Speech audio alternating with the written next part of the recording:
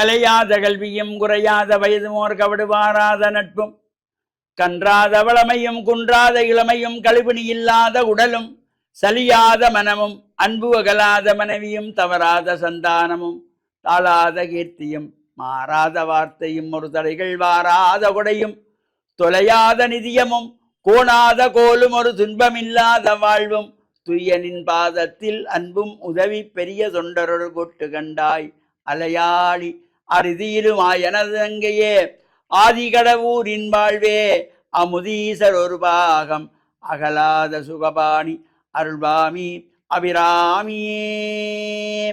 ஓம் நமச்சிவாய. மேன்மைகள் சைவநீதி விளங்குக உலகமெல்லாம். நோயற்ற வாழ்வே குறைவற்ற செல்வம்.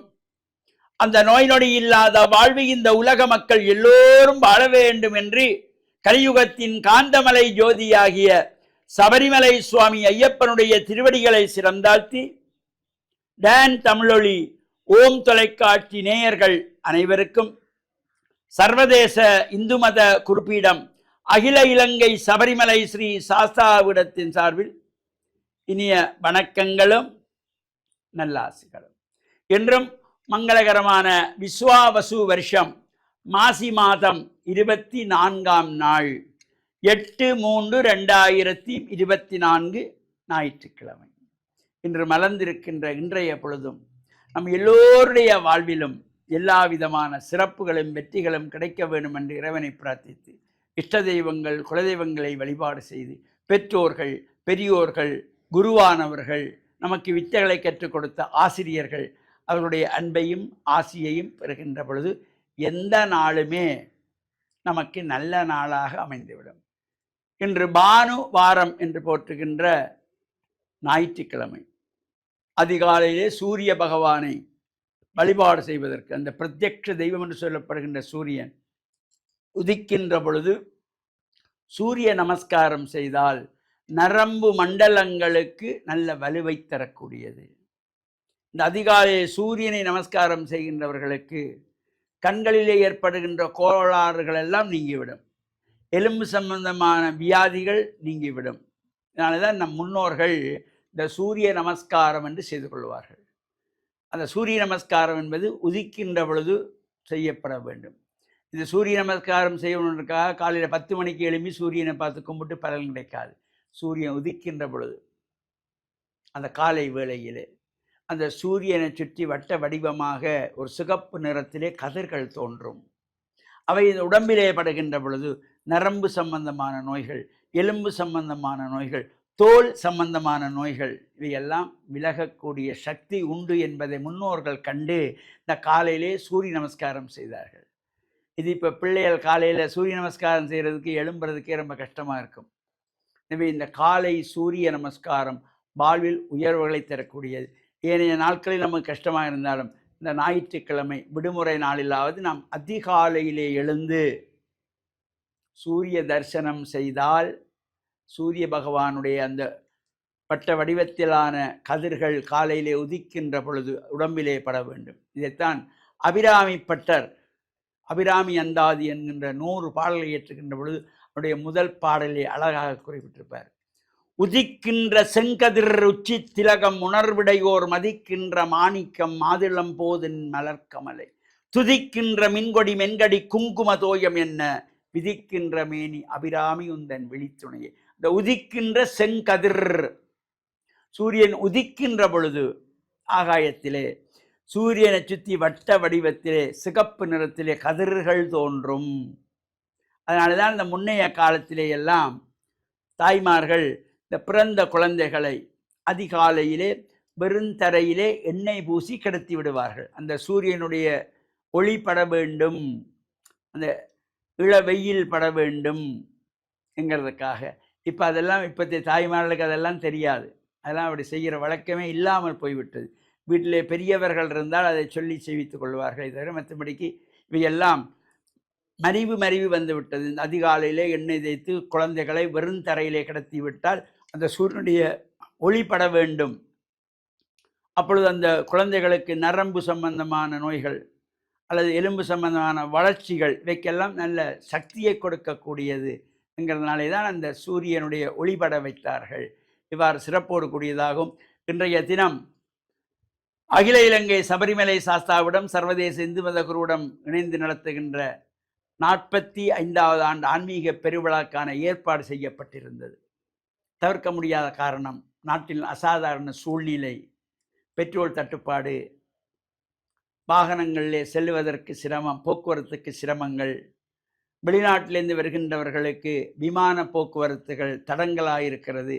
இவற்றையெல்லாம் நாம் கருத்தில் கொண்டு இந்த விழாவை இன்னொரு திகதிக்கு மாற்றுவதற்காக இன்று நடைபெற இருந்த ஆன்மீக பெருவிழா பின்போடப்பட்டிருக்கிறது என்ற செய்தியையும் தெரிவித்து, டான் தமிழொலி ஓம் தொலைக்காட்சி நேயர்கள் அனைவருக்கும் இந்த ஆன்மீக பெருவிழா தொடர்பான நிகழ்வு நாள் பின்னர் அறிவிக்கப்படும் என்பதனையும் கூறிக்கொண்டு அனைவருக்கும் நல்ல ஆசிகளை கூறிக்கொள்வதில் மன மகிழ்வு கொள்கிறோம்.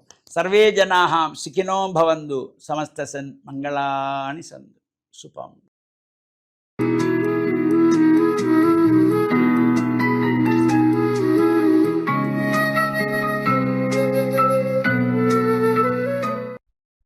இறை இயேசுவில் என் அன்பு நெஞ்சங்களே, ஆண்டவர் இயேசுவின் அன்பும் அருளும் உங்கள் அனைவரோடும் இருப்பதாக. இன்று தவக்காலத்தின் 19ஆம் நாள், தவக்காலத்திலே 3ஆம் ஞாயிறு. இந்த நாளிலே எமக்கு தரப்படுகின்ற, சிந்தனைக்கு தரப்படுகின்ற நற்செய்தி நூலிலே ஆண்டவர் இயேசு மன்னிப்பு பற்றி பேசுகின்றார். மன்னிப்பு என்று சொல்லுகின்ற பொழுதே எங்களுடைய மனங்கள் மூடப்பட்டுவிடும். ஏனென்றால் எங்களுடைய உறவுகளிலே எங்களை காயப்படுத்தியவர்கள், எங்களுக்கு துன்பம் வருவித்தவர்கள், நமக்கு தீமை செய்தவர்களை எங்களால் மன்னிக்கவே முடியாது. வாழ்க்கையில் நாங்கள் இவர்களை என்றுமே மன்னிக்க மாட்டோம் என்று சொல்லி எங்களுடைய உள்ளங்களை பூட்டி விடுகின்றான். பேதுரு என்கின்ற இயேசுவினுடைய முதன்மையான சீடர் கேட்கின்றார், ஆண்டவரே, எத்தனை முறை நான் மன்னிக்க வேண்டும் என்று என்னுடைய சகோதரன் குற்றம் புரிகின்ற பொழுது? அவர் சொல்லுகின்றார், 7 முறை போதுமா என்று. 7 முறை என்பதே பல தடவைகள். 7 முறை 70 முறை என்று சொல்லி இயேசு இந்த மன்னிப்பதற்கு எல்லை இல்லை, வரையறை இல்லை, எண்ணிக்கை இல்லை என்று சொல்லி போதிக்கின்றார். பொழுது ஒரு அழகான உவமையை சொல்லுகின்றார். ஒரு அரசன், அவரிடம் கடன்பட்ட ஒரு மனிதன் வந்து அந்த கடனை திருப்பி கொடுக்க முடியாது என்று காலதாமதம் கேட்கின்ற பொழுது, இந்த அரசன் அவருடைய உண்மையாலே அவருடைய அந்த கடன் தொகை, அவருடைய மனைவி, பிள்ளைகள், குடும்பம் முழுவதையும் விற்று தான் அந்த கடனை கொடுக்க முடியும். அப்படிப்பட்ட சூழலிலே இந்த அரசன் மனமிறங்கி முழு கடனையும் மன்னித்து விடுகின்றார். பெரியதொரு கடன்.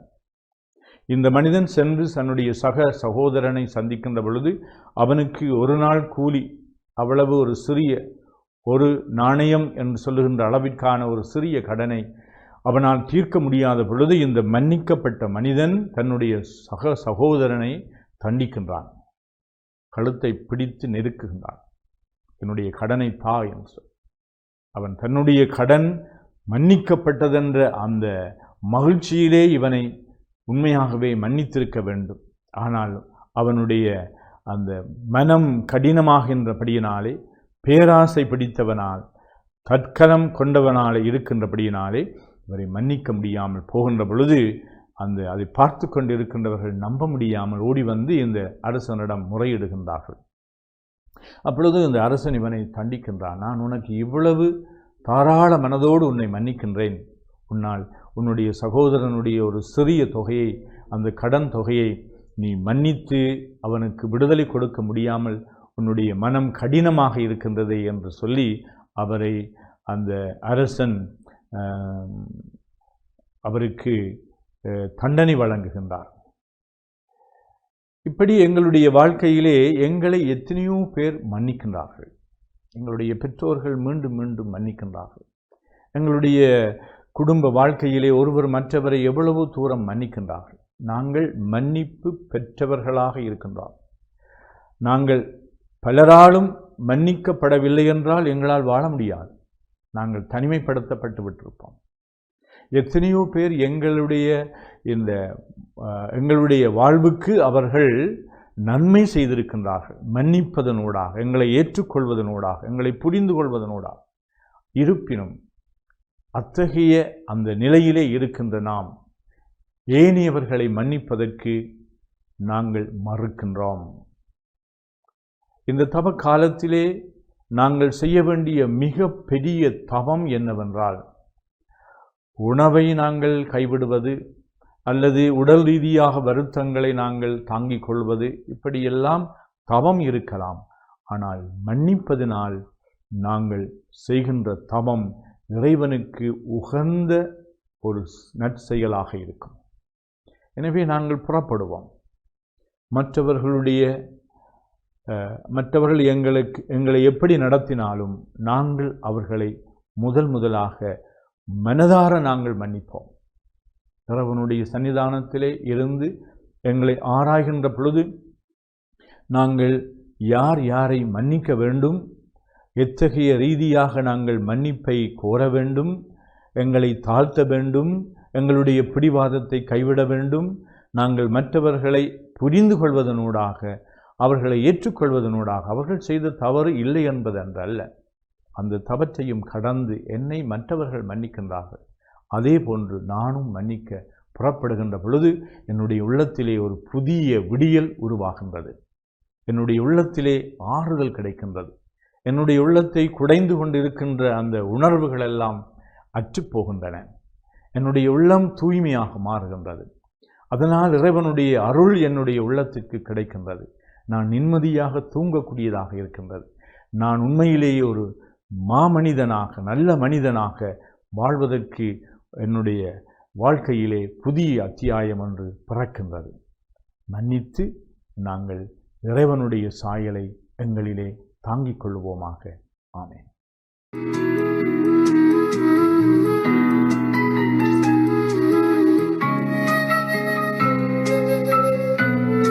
ஆமீன். வஸ்ஸலாத்து வஸ்ஸலாமு அலா முஹம்மதின் ஸல்லல்லாஹு அலைஹி வஸல்லம் வ அலா ஆலிஹி வஸஹ்பிஹி அஜ்மஈன். அம்மா பாத். அன்புள்ள நேயர்களே, சகோதரர்களே, இன்றைய காலை பொழுதை தொடங்குகின்ற இந்த நேரத்திலே நான் உங்களுக்கு சில நற்செய்திகளை சொல்லலாம் என நான் விரும்புகின்றேன். இறைவன் இந்த சமுதாயத்திலே மக்களை நல்லவர்களாக, தன்மானமுள்ளவர்களாக படைத்திருக்கின்றான். ஒரு மனிதன் மற்றொரு மனிதனை மதித்து நடக்க வேண்டும் என்ற சுயமரியாதையை அந்த இறைவன் நமக்கு ஏற்படுத்தியிருக்கின்றான். அதனால் மனிதனை மதித்து நடக்கின்ற நல்ல பக்குவமும் பழக்க வழக்கமும் நம்மிடத்திலே இருக்க வேண்டும். அதனால் நாம் அடுத்த மனிதரை பற்றி எப்பொழுதும் நல்ல செய்திகளையே பேச வேண்டும். அடுத்த மனிதர்களை பற்றி இழிவான செய்திகளை பேசி அவர்களை இழிவுபடுத்தக்கூடாது. அடுத்த மனிதர்களை நாம் எப்பொழுதும் மதித்து நடக்கின்ற நல்ல பழக்க வழக்கங்கள் நம்மிடத்தில் இருக்க வேண்டும். நமது சிறார்களுக்கும் கூட அந்த பழக்கத்தை தான் நாம் ஏற்படுத்த வேண்டும். அந்த வகையிலே நபிகள் நாயகம் ஸல்லல்லாஹு அலைஹி வஸல்லம் அவர்கள் சொல்லும்போது ஒரு செய்தியை சொன்னார்கள். லைஸ மின்னா மல்லம் யர்ஹம் ஸகீரனா வலம் யுவக்கிர் கபீரனா. எங்களில் சிறியவர்களுக்கு அன்பு காட்டாதவனும் பெரியவர்களை கண்ணியப்படுத்தாதவனும் எங்களை சார்ந்தவர்கள் அல்ல என்று நபிகளார் இந்த நற்செய்தியை சொல்லியிருக்கின்றார்கள். அதாவது நமது சமுதாயத்திலே உயர்ந்தவர்கள், சிறந்தவர்கள், கண்ணியமானவர்கள் யாரென்றால் சிறியவர்கள் பெரியவர்களை கண்ணியப்படுத்த வேண்டும், பெரியவர்கள் சிறியவர்கள் மீது அன்பு காட்ட வேண்டும் என்ற இந்த செய்தியை சொல்லியிருக்கின்றார்கள். இந்த செய்தி நமக்கு தருகின்ற ஒரு சிறந்த ஒரு பாடம் என்னவென்று சொன்னால், இங்கு பெரியவர்கள் சிறியவர்களையும் மதிக்கிறார்கள், சிறியவர்கள் பெரியவர்களையும் மதிக்கின்றார்கள். இந்த ஒரு நிலைமை சமுதாயத்திலே உருவாகுமானால் சமுதாயத்திலே நல்ல பண்பாடுகள், நல்ல பழக்க வழக்கங்கள், மக்களை மதித்து நடக்கின்ற நல்ல தன்மைகள் இதன் மூலமாக உருவாக இடம் உண்டு என்பதை இதனூடாக நாம் தெரிந்து கொள்ளக்கூடியவர்களாக இருந்து கொண்டிருக்கின்றோம். அதனால் மனிதனை மதித்து நடக்கின்ற நல்ல பழக்க வழக்கங்கள் நம்மிடத்தில் இருக்க வேண்டும். நமது சிறார்களுக்கு, நமது மாணவ மாணவிகளுக்கு நாம் ஊட்டுகின்ற ஒரு செய்தி என்னவென்று சொன்னால், நீங்கள் மூத்தவர்களை மதிக்க வேண்டும், பெரியவர்களை மதிக்க வேண்டும், ஆசிரியைகளை மதிக்க வேண்டும். இப்படி பிறரை மதித்து வாழுகின்ற நல்ல பண்பாடுகள் நம்மிடம் இருக்க வேண்டும் என்ற இந்த நற்செய்தியை நமது சந்ததிகளுக்கு, சமுதாயத்துக்கு, சிறார்களுக்கு எடுத்துச் சொல்ல வேண்டும் என்ற இந்த செய்தியை இன்றைய காலை பொழுதிலே உங்களுக்கு நான் கூறி இன்றைய நாளை தொடங்குவதற்கு மின்சாரத்தை சேமிக்கும் LG குளிர்சாதன பெட்டி நாடளாவிய அபார்ஸ் மற்றும் பை அபார்ஸிடமிருந்து